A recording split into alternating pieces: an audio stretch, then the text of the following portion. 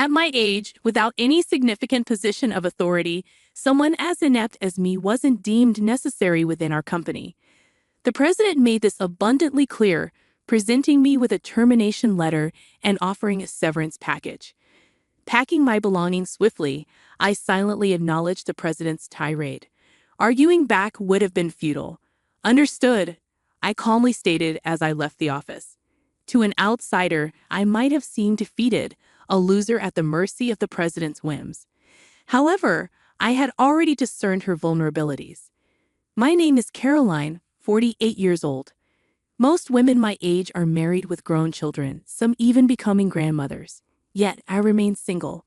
I've had my fair share of romantic encounters, but marriage never materialized. Not that I lacked the desire, but with a fulfilling job and supportive colleagues, I found contentment. That changed a few months ago. Our company, a family-run enterprise, had always been smoothly managed, with executive roles reserved for the chairman's relatives. However, with the sudden passing of the chairman, his daughter, Helena, assumed the presidency. She was a stranger to us, her appointment surprising many. Yet, her credentials from a top-tier company and her opportune arrival eased some doubts. At 38, Helena defied expectations. Her appearance reminiscent of a nightclub hostess, with flashy jewelry and a heavy perfume, clashed with the corporate environment.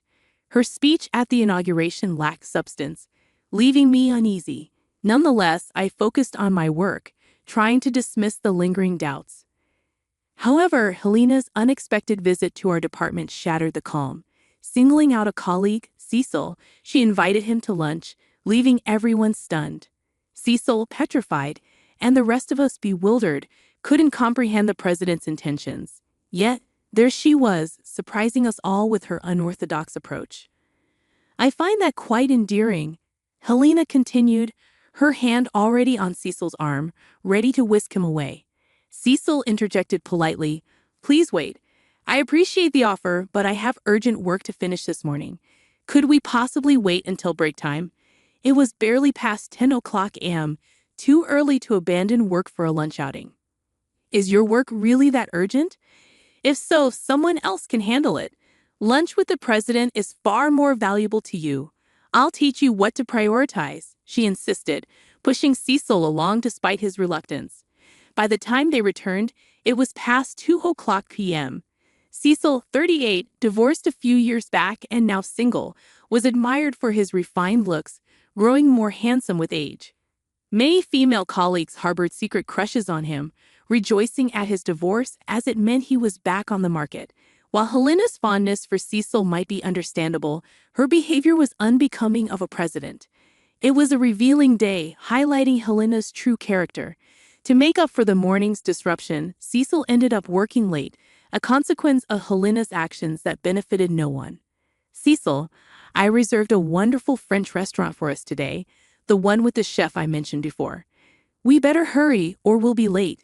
Helena would often appear, forcibly taking Cecil out for lengthy lunches. As this became a regular occurrence, she began occupying the seat beside Cecil, disrupting his work with her chatter. Colleagues displaced by Helena struggled to complete their tasks, often resorting to overtime. Gradually, a simmering discontent towards Helena grew among the staff. While no one dared to voice their frustrations openly, it was clear that everyone shared the same sentiment. When exactly does Helena perform her presidential duties? It seems like she's not taking her job seriously at all. That's the look my colleagues and I shared as we watched her. I found myself occupied, assisting Cecil and others with their workload, often leading to overtime. One day, while helping Cecil, I attempted to lighten the mood. "You've really been put through the ringer. It's tough being targeted by the wrong person," I remarked. Cecil responded apologetically, "I'm so sorry for causing everyone trouble. I really appreciate your help, Caroline, especially since you have your own workload."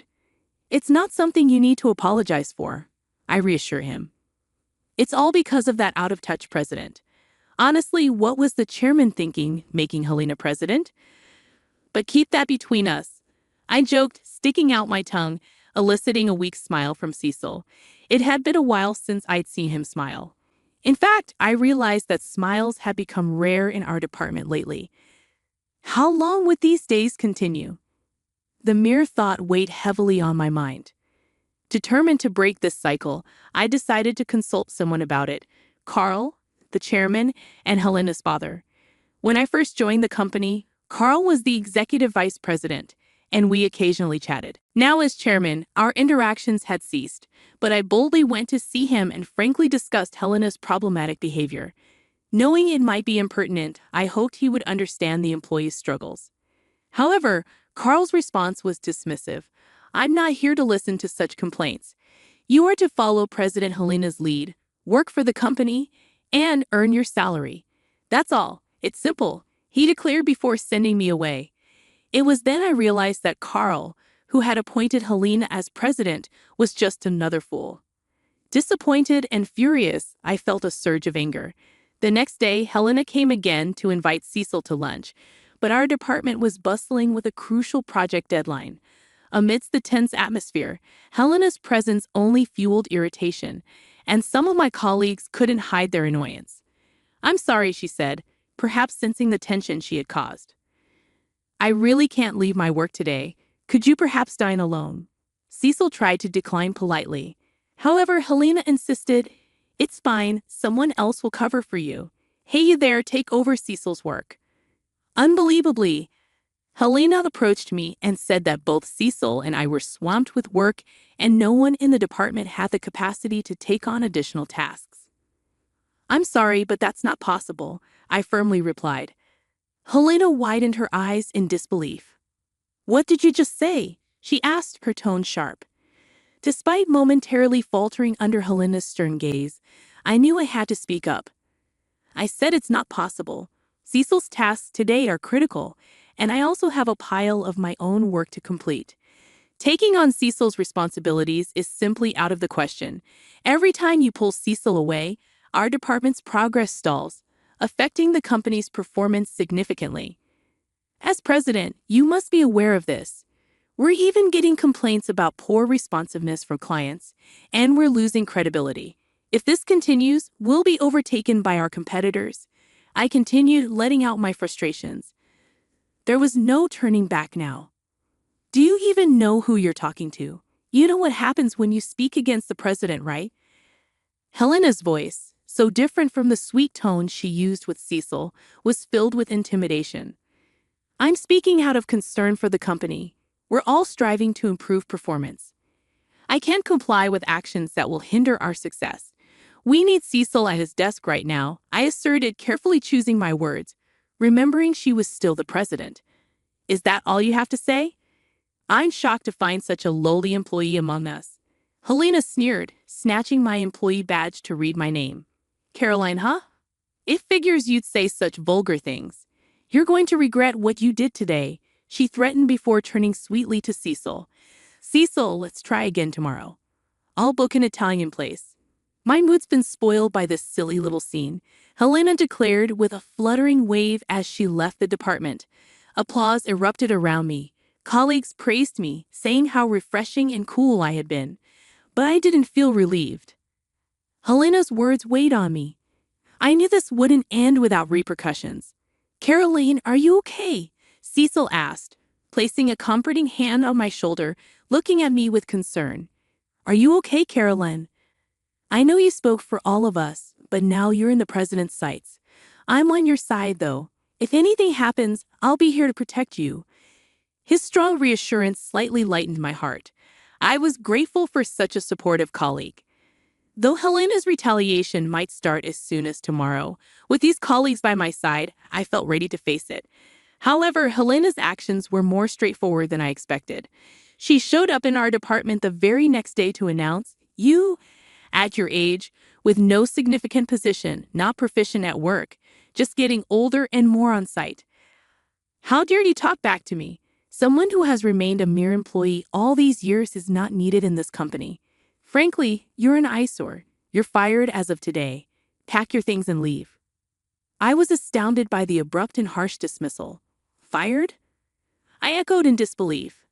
Helena, with rough breath, pulled out a piece of paper. "Yes, but it's not wrongful termination. Don't bother suing. Here's your termination letter, and we'll even pay severance pay. Now hurry up and leave, she ranted. That's too much, President. Caroline is our moral support, indispensable to this company. Cecil stepped up, fists clenched. Helena scoffed. Cecil, you're mistaken if you think it's good to side with such an incompetent woman. It seems you've been influenced by her because you've worked together for too long. How pitiful. She's a detriment to this company. It's only right she's fired. I stood silently, absorbing Helena's verbal abuse. Arguing with someone like her was futile. If you say my presence is detrimental to the company, then I must accept my dismissal. I replied calmly, quickly packing my belongings and leaving. Though I couldn't suppress my intense anger, I was determined not to let this end here. I had already identified Helena's weakness. The next day, I welcomed a refreshing morning. I had breakfast and cleaned my house. It should be about time, I thought, glancing at the clock as it struck 10 a.m. right on cue. My phone rang. The company's number flashed on the screen. The caller was easy to guess. It must be Helena. Slowly, I answered. Caroline, oh thank goodness you picked up. Listen, about the firing yesterday, it was just a joke. I never imagined you'd take it seriously and actually not show up today. I'll overlook your tardiness, so please come to the office as usual. Helena spoke in the same controlling tone she used with Cecil. You're so honest, Caroline, to take such a joke seriously. Helena's voice quivered slightly. It wasn't a joke. I have the signed termination letter. Does the company sign such things as a joke? If so, that's a terribly irresponsible company. A president who flirts with male employees and publicly humiliates an employee is disgraceful. I want nothing more to do with such a company, I asserted. Helena was speechless at my words, so I pressed further. I know everything that happened this morning in the office and that you'd come crying to me for help. I had heard all about it from Cecil. Today was an especially important day for presenting our company's best product to a crucial client. Success would significantly boost our company, while failure would allow competitors to leapfrog us to industry leadership. It was such an important presentation, even Helena must have recognized this importance, as she attended the morning meeting to motivate everyone. She asked who was in charge of the presentation, but no one came forward, and the room fell silent. Of course, I was the presenter, I explained. When Helena realized this, she panicked but then asked if anyone else could handle the responsibility. But what Helena found in front of her were resignation letters from all employees. Seeing my dismissal, everyone had had enough of the company, I continued, recalling the events from earlier. Hearing this from Cecil, I informed Helena, please, if you're there, Caroline, the presentation can still go ahead. We don't have much time before the meeting with the client. I'll double your salary and you'll be treated as a director. Please come back, please, Helena pleaded hysterically, almost incomprehensible. Unfortunately, I have no intention of returning. Please handle it yourself. As president, you haven't worked properly and have been chasing employees around, decreasing performance. I don't think you have the capacity to manage it, I stated firmly before hanging up, dismissing further calls without hesitation. It would be interesting to see how she managed alone. That evening, Helena and Carl came to my house. As I cautiously opened the door, they pleaded tearfully, I'm so sorry. Please forgive us. Apparently, the presentation had been a disaster from the moment Helena arrived alone. The client must have been skeptical. Just minutes into the presentation, they stormed out, disgusted with Helena's incompetence. They said they'd reconsider if I were involved. Caroline, please, for the company's sake, come back, Helena pleaded. My anger erupted. For the company? How can you say that? You've disrupted employees' work, fired me for speaking up, and caused everyone to turn against you due to your arrogance. This is the result of your actions. Please leave, I said, attempting to close the door. Helena sprang up. It's all because you interfered with my lunches with Cecil, embarrassing me in front of everyone. That's why I fired you. You got in the way of my lunches with Cecil. That's all there was, she accused. I felt sick hearing it directly from her, but I knew it was a childish notion. As I tried to process her words, Helena suddenly lunged at me but was swiftly stopped by Cecil, who had come out of concern. Enough, please. I came because I was worried about Caroline, and I can't believe it's come to this, Cecil said, surprising both Helena and me. Helena, let me make it clear. Dining or talking with you has been nothing but a pain because I have someone I like. I've told you many times, but you only looked at my appearance and never listened, Cecil confessed, leaving Helena paralyzed. Caroline and the other employees who resigned have already found new jobs. A competing company looking to expand was thrilled to hire us all. Everyone is talented, and they were delighted. Caroline and I are not coming back. You're the reason she was unfairly thrown out of the company. Please don't show up in front of us again. If you don't leave, we'll call the police. Cecil said firmly. Helena tried to say something but was pulled away by Carl, who was also pale. He was the fool who appointed Helena president and dismissed my desperate pleas. There's no room for sympathy without supporting employees and seizing a great opportunity.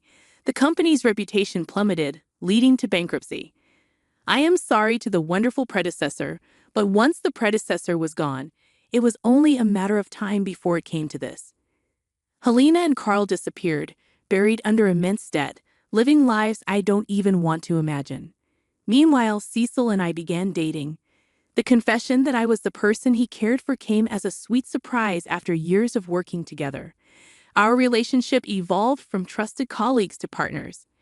I'm grateful I didn't rush into marriage when I was younger, as I've now found the best partner later in life. Life is unpredictable. Maybe Cecil and I will get married. That's what I've been contemplating recently.